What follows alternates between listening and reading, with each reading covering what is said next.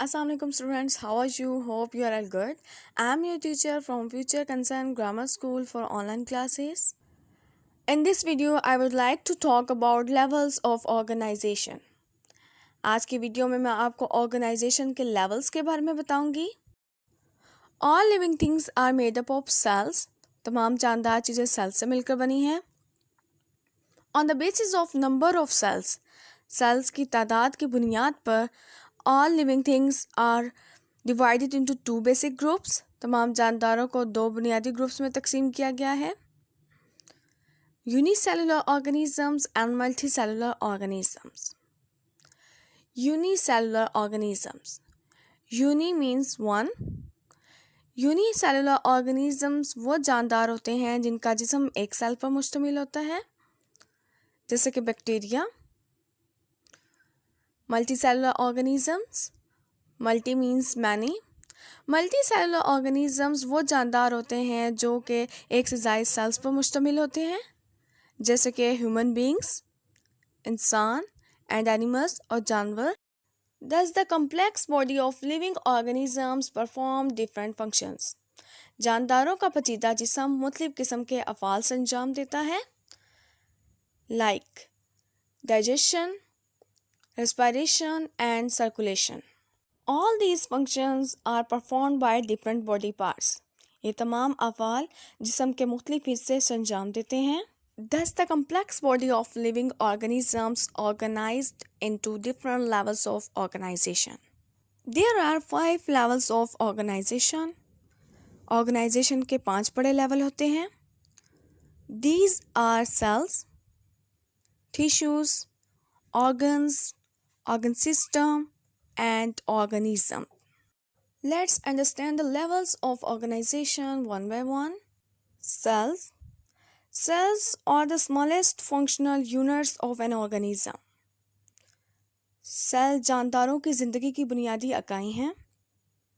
They form the lowest level of organization.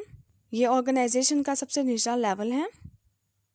Cells are of different types. Cells मुख्तलिफ तरह के होते हैं, जैसे कि bone cells, blood cells, nerve cells, tissues. A large number of similar types of cells which perform similar functions form tissues. Cells की एक बहुत बड़ी तादाद जो कि एक जैसा काम से अंजाम देती है, टिश्यूज बनाती हैं. Like a group of bone cells form bone tissue. Organs. One or more types of tissues combine together to form an organ. एक या एक से ज़्यादा टिश्यूज मिलकर ऑर्गन बनाते हैं. Tissues of an organ work together to perform a specific function. एक organ के टिश्यूज मिलकर काम करते हैं. For example, मिसाल के तौर पर stomach is an organ. मैदा एक ऑर्गन है and it performs function of churning the food and its partial digestion. और ये खुराक को हज़म करने का काम करता है. Organ system. A group of organs that work together to perform a specific life process form an organ system. Organs का एक ग्रुप मिलकर काम करता है और organ system बनाता है. For example, digestive system. Organism. All organ systems work in coordination to form highest level of organization.